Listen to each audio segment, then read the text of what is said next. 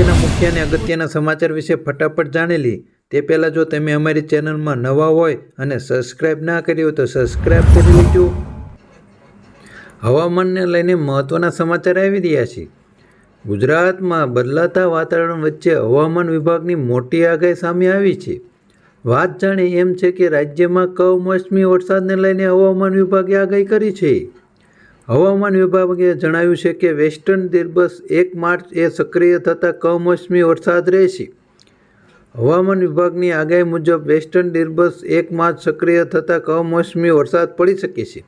આ સાથે દરિયાકાંઠા વિસ્તારોમાં કમોસમી વરસાદ રહેશે અને 10 થી 12 કિલોમીટરની ઝડપે પવન પણ ફૂંકાઈ શકે છે.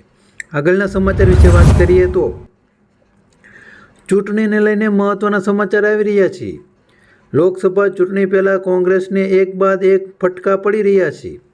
આ દરમિયાન ગઈકાલે નારાયણભાઈ રાઠવાએ રાજીનામું આપ્યા બાદ કેસરિયા ધારણ કરી લીધો છે. આ દરમિયાન હવે ઉત્તર ગુજરાતથી કોંગ્રેસ માટે ચિંતાજનક સમાચાર સામે આવી રહ્યા છે. વાત જાણે એમ છે કે લોકસભા ચૂંટણી પહેલાં ધાનેરા ભડકો થયો છે. વિગતો મુજબ ધાનેરાના પૂર્વ ધારાસભ્ય જોતા પટેલ કોંગ્રેસમાંથી રાજીનામું આપ્યું છે. આ તરફ અન્ય એક મોટા સમાચાર છે અને હવે દાખલા તરીકે વર્તમાનના ધારાસભ્ય ક્રાંતિ ખખડી પણ રાજીનામું આપી શકે છે. લોકસભા ચૂંટણીની તારીખવાળો મેસેજ ખોટો અફવા છે. મહત્ત્વના સમાચાર મળી રહ્યા છે. લોકસભાની ચૂંટણીની તારીખનો સોશિયલ મીડિયા વાયરલ થયેલો મેસેજ ખોટો સાબિત થયો છે. તારીખોના મેસેજને લઈને કેન્દ્રીય ચૂંટણી પંચે કર્યું સ્પષ્ટ. વાયરલ મેસેજ 12 માર્ચે તારીખ જાહેરનામું, 28 માર્ચ સુધી ઉમેદવારી અને 19 એપ્રિલ મતદાન યોજવાનો દાવો હતો. 22મી મીએ રોજ પરિણામ જાહેર થવાનો પણ દાવો કર્યો હતો. તમામ તારીખો ખોટો છે તેવી ચૂંટણી પંચ દ્વારા સ્પષ્ટ કરવામાં આવી છે. આ મેસેજ ખોટો છે. આગળના અને મહત્ત્વના સમાચાર વિશે વાત કરીએ તો બનાસકાંઠામાં પાલનપુર પાસે 3ની તીવ્રતાનો ભૂકંપનો આંચકો નોંધાયો છે. ભૂકંપનું કેન્દ્ર બિંદુ પાલનપુરથી 51 કિમી દૂર નોંધાયું છે. મોડી રાત્રે 11:06 આવ્યો તો આંચકો. હાલમાં કોઈ જાનહાનિની માહિતી સામે આવી નથી. આગળના અને મહત્ત્વના સમાચાર ફટાફટ જાણી લઈએ તો કપાસના ભાવને લઈને મહત્ત્વના સમાચાર સામે આવી રહ્યા છે. કપાસના ખેડૂતો માટે ફેબ્રુઆરી મહિનો સારો રહ્યો છે તેવું સાબિત થયું છે. આપણા માર્કેટિંગ યાર્ડમાં કપાસની આવકો ઘટવા સામે ફરી સારા કપાસે પ્રતિ 20 કિલો રૂપિયા 1600 થી 50ની સપાટીએ પકડી લીધી છે. હજુ પણ ભાવ વધે તેવું લાગી રહ્યું છે. ખાંડી કપાસમાં ફેબ્રુઆરી મહિનામાં દરમિયાન 3500 થી 4000નો વધારો થયો છે. એમ સમજો કે પ્રતિ મણે રૂપિયા 100 થી 150 રૂપિયાનો વધારો થઈ ચૂક્યો છે. આગળના અને મહત્ત્વના સમાચાર વિશે વાત કરીએ તો ખેડૂતોના પાક માટે ખતરનાક રૂપી આગાહી આવી છે. ગુજરાતમાં કમોસમી વરસાદની હવામાન વિભાગે આગાહી છે. 1 માર્ચથી 3 માર્ચ કેટલાક વિસ્તારોમાં હળવા વરસાદની આગાહી કરી છે. તો 1 માર્ચે બનાસકાંઠા, સાબરકાંઠા, અરવલ્લી, મહીસાગર, છોટાઉદેપુર અને દાહોદ, સુરેન્દ્રનગર અને બોટાદમાં પડી શકે છે વરસાદ. તો 2 માર્ચે નવસારી, વલસાડ, ગીર સોમનાથ વરસાદી ઝાપટા પડી શકે છે. 3 માર્ચ સુધી વેસ્ટર્ન ડિસ્ટર્બન્સને કારણે વરસાદની શક્યતા છે. 16મા હપ્તાને લઈને મહત્ત્વના સમાચાર આવી રહ્યા છે. વડાપ્રધાન નરેન્દ્ર મોદીએ 28 ફેબ્રુઆરી 2024ના રોજ પીએમ કિસાન યોજનાનો 16મો હપ્તો જાહેર કરશે. એટલે કે આ સપ્તાહના બુધવારે પીએમ મોદી ખેડૂતોના બેંક ખાતામાં 2000 રૂપિયા ટ્રાન્સફર કરશે. આ યોજનાના નાના અને સીમાંત ખેડૂતોને નાણાકીય સહાય પૂરી પાડે છે. 16મો હપ્તો ડીબીટી એટલે કે ડાયરેક્ટ બેનિફિટ ટ્રાન્સફર દ્વારા સીધા જ લાભાર્થીઓના બેંક ખાતામાં ટ્રાન્સફર કરવામાં આવશે. હવામાનને લઈને મહત્ત્વના સમાચાર આવ્યા છે. જેમ જેમ ગરમીની સિઝન નજીક આવી જાય છે તેમ તેમ કેરીના રશિયાઓ માટે સારા સમાચાર આવી રહ્યા છે. ફળોના રાજાનું માર્કેટમાં આગમન થઈ ચૂક્યું છે. રાજસ્થાનના સાહિબભાઈએ શાકભાજી અને ફળ વચ્ચે અને તેમને જણાવ્યું હતું કે ફળોના રાજા કઈ હાલમાં શરૂ કરી દીધું છે. ઓગસ્ટ સુધી ચાલે છે. પહેલી વારમાં આવતી સફેદ અને કેરી ખૂબ જ સારી અને સ્વાદિષ્ટ સાથે મોંઘી પણ જોવા મળી રહી છે. હાલમાં કેરીની સિઝન આવી રહી છે અને તેમાં અત્યારે હાલમાં માર્કેટમાં કેરીની આવક પણ શરૂ થઈ ચૂકી છે. તેના ભાવ પણ બોલાઈ રહ્યા છે. પ્રતિ કિલો 150ની પાર પણ બોલી રહ્યા છે. રાંચી ટેસ્ટ મેચમાં ભારતની શાનદાર જીત. ભારત અને ઇંગ્લેન્ડ વચ્ચે ચોથી ટેસ્ટ મેચમાં ભારતે ઇંગ્લેન્ડને હરાવ્યું.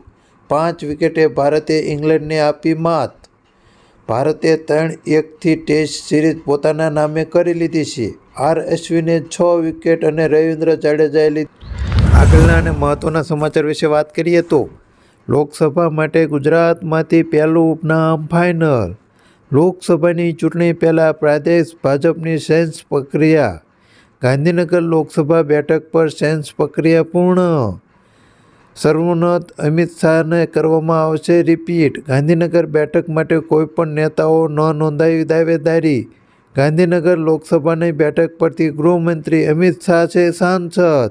આગળના અને મહત્વના સમાચાર મળી રહ્યા છે. મહત્વના વાત કરીએ તો રાજ્ય સરકાર ખેડૂતો પાસે ઉનાળુ પાક ખરીદશે. ક્વિન્ટલ દીઠ ₹300 બોનસ રાજ્ય સરકાર આપશે. વીસીઆઈ મારફતે ઓનલાઈન રજીસ્ટ્રેશન કરાવવું પડશે. આવતીકાલથી ઓનલાઈન રજીસ્ટ્રેશન ચાલુ.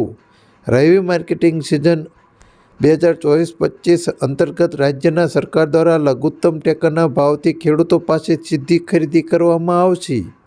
ખેડૂતોને તેના પાકના પોષણતમ ભાવ મળી રહે તે માટે રવિ માર્કેટિંગ સિઝન 2024-25માં રાજ્ય સરકાર દ્વારા લઘુત્તમ ટેકાના ભાવે ઘઉં, ઉનાળુ બાજરી, મકાઈ અને જુવારની ખરીદી ગુજરાત રાજ્ય નાગરિક પુરવઠા નિગમ લિમિટેડ ગાંધીનગર મારફતે કરવામાં આવશે. આ સમગ્ર મામલે પાણી પુરવઠા મંત્રી કુંવરજી બાવળીયાએ જણાવ્યું હતું કે રાજ્ય સરકાર દ્વારા લઘુત્તમ ટેકાના ભાવે ઉનાળુ બાજરી, મકાઈ, જુવાર વગેરે ખરીદી ગુજરાત રાજ્ય નાગરિક પુરવઠા નિગમ મારફતે ખરીદીની જાહેરાત કરવામાં આવે છે.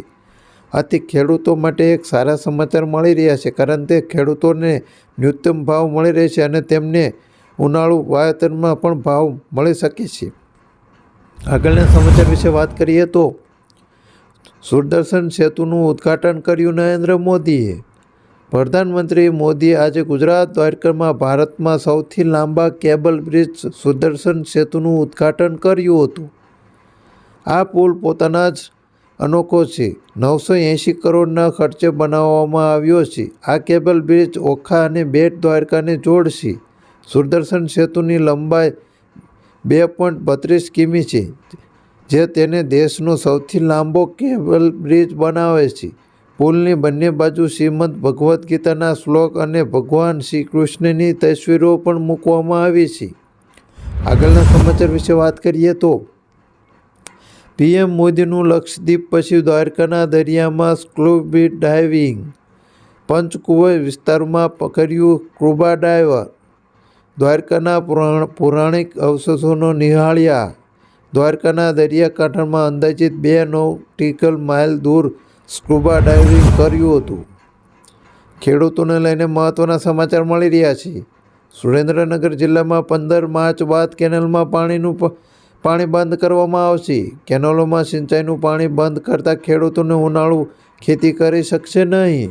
કેનાલોમાંથી પાણી ખેંચવામાં મશીન અને બકનળાઓ હટાવી લેવાની સૂચના આપવામાં આવી છે. નર્મદા વિભાગના નિર્ણયથી સુરેન્દ્રનગર જિલ્લાના ખેડૂતોનો રોષ જોવા મળી રહ્યો હતો. માંગ એવી છે કે પાણી ચાલુ રાખો અને ખેડૂતોને 2 મહિના માટે પાક માટે પાણી આપો. 31 માર્ચ રાજકોટ અમદાવાદ વચ્ચે ફ્લાઇટ શરૂ થશે. અઠવાડિયામાં 6 દિવસ ઉડાન ભરશે. રાજકોટ એરપોર્ટ પરથી બપોરે 3:50 વાગ્યે ટેક ઓફ થશે અને બપોરે 4:50 વાગ્યે અમદાવાદ એરપોર્ટ પર લેન્ડ થશે. હવે રાજકોટથી અમદાવાદનું અંતર થશે નજીક. આગળના સમાચાર વિશે વાત કરીએ તો